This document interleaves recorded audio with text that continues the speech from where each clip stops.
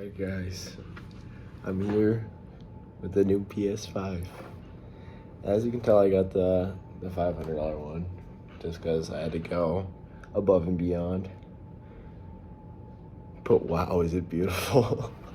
I mean, and it is a little bit heavier than the PS4 though, as it looks, but God. So it came with the PS4, which I hope I have it up the right way, which I do. Okay, there's some fans on the bottom too to help with ventilation.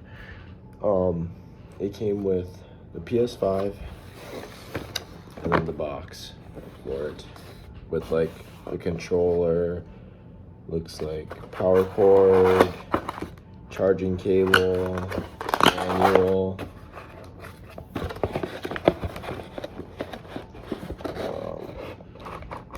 Something else. We'll go into that after I get done appreciating this. Okay. So what it seems like is here. I'll start. I don't really understand that port. It's a type of USB. Clearly, there's our typical USB that we use, but this one is odd. Almost looks like the iPhone 11 and 12 charger. We have two buttons right here. One's the power, one's eject, I believe. Disc reader, another two USBs, Ethernet, HDMI, and our power unit. Let's get into this box. So here's the box. Okay, we're gonna start out with the controller. This is what I've been most excited for because I've been on a PS4 controller since the PS4 came out, so 5 years.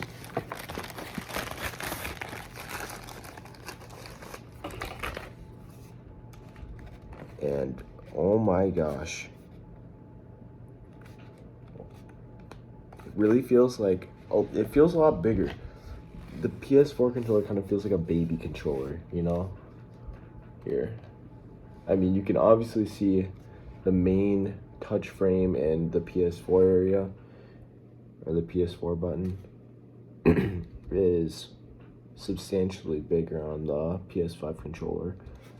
I mean, gosh, I'm gonna try and give you guys a close-up on these buttons. Just look at these buttons. They're just beautiful.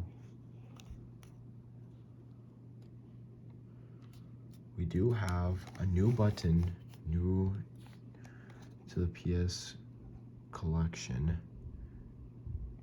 It's a muting button. We got the classic plug-in for mics, charging port, L1R1, L2R2, bigger touchpad. I believe that's the share button. And then we have our options. Beautiful. Oh, something I am noticing is look at the grip. You guys see that? The grip is different. And I like it. See that there is no gripping like how the PS5 is, and those buttons just look like trash compared to the PS5. Wow. I mean, just look. Just look at this. Okay, on the corners, which is kind of nice. We almost missed it on this. I'm gonna have to do some research on what that is. It's for and Xbox. This is both what the PS4 and Xbox use for the power supply cable. We have our charging cable. Okay, so what in the world? Okay, the PS4 did switch its charging port. I didn't even realize. Or the PS5, my apologies, I'm so used to saying PS4. It did change its charging port, which is interesting. Kind of sucks because I have a lot of USB to kind of Android chargers around my house, just from how many consoles we have laying around. 2 manual books. I will not be going over that because I'm not a nerd. And what is this? This is our stand. Awesome. Didn't even know this came with it. Our PS5 stand. And it does feel kind of janky, but it feels really firm. I mean, when you press on it, it does feel kind of janky, but it's well placed because then we also get a PS5 controller holder, which is awesome. Not charged, but I assume that Sony will come out with a similar dock like this for charging, which will be awesome. To put the PS5 on it, maybe I'm just an idiot. Continue on our box, and it comes with HDMI, classic HDMI, probably 4K. Doesn't say on it. I'll do some reading and figure out the stand real quick, and then we're gonna hop into the first impressions of the main screen and such.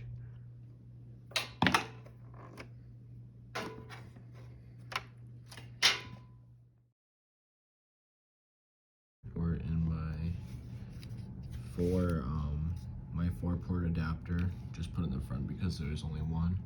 I'm gonna start it up right after I put in my external hard drive. Here we go.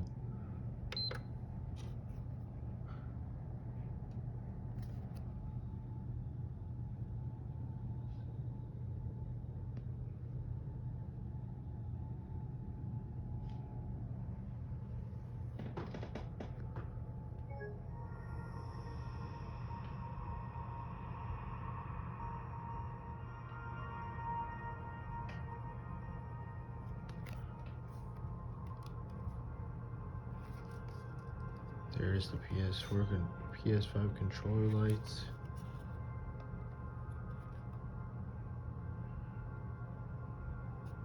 Gotta sync it real quick. And that shows it's connected, I believe. Alright.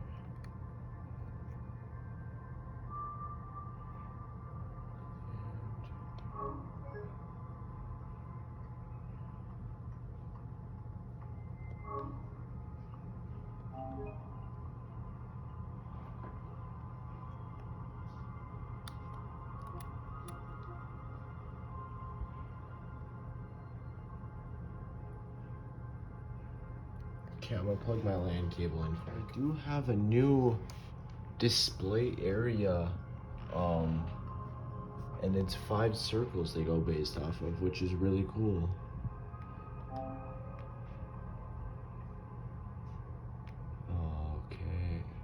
continue without disc. We don't need a disc right now. Control. Okay, we'll go over that later.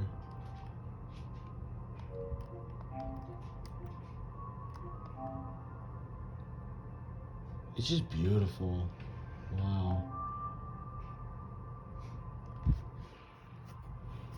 Alright, classic system update real quick, and I will be back when this is done. Okay, so the first thing I'm picking up on is that the restart time is significantly faster than the PS4. And I mean significantly. It's already on, and I literally just turned it off seconds ago. Okay. And here we go.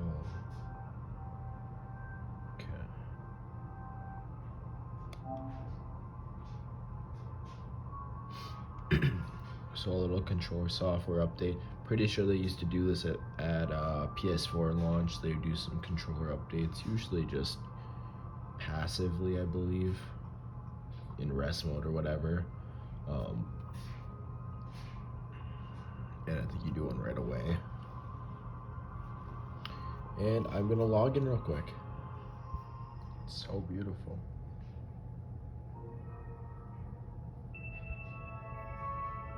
It's really giving me a PS3 vibe, and I miss the PS3, man. It's beautiful. Wow. Just complete PS3 vibes. Completely. 100%. Alright, after figuring out the whole PS5, which took me a little bit, and it wasn't as user-friendly as the PS4 main screen was, but I did kind of figure it out. You know, you got your games. Game library. Kind of seems like an Xbox game library, but I'm not gonna lie, I really did like the Xbox game library. Media, and then what I was really confused on was finding out where like the messages and join parties were, and literally simple button of the PS4 retap and comes up all along the bottom. Game switchers, you got your noties. Game base is kind of like, if you go more in depth into it, you can find like your friends list, parties, messages, which took me a little bit to find. Along with just this whole screen, I could not find this. You're allowed to kind of switch around what you want on here, which is awesome. And yeah, that was mainly the biggest thing, the biggest change I saw that was really helpful. It makes things go a lot quicker, a lot less searching. And then settings, typical PS4 settings. I mean, this has not changed in probably about 12 years, ever since the PS2. But I hope you guys enjoyed my little unboxing, showing my first impressions. I did not watch any videos on this PS5 because I wanted this to be as natural and not faked about my reactions, because I'm honestly wowed off of first impressions, and I hope I continue to be wowed by the upcoming releases and such for the PS5. But otherwise, thank you guys for watching.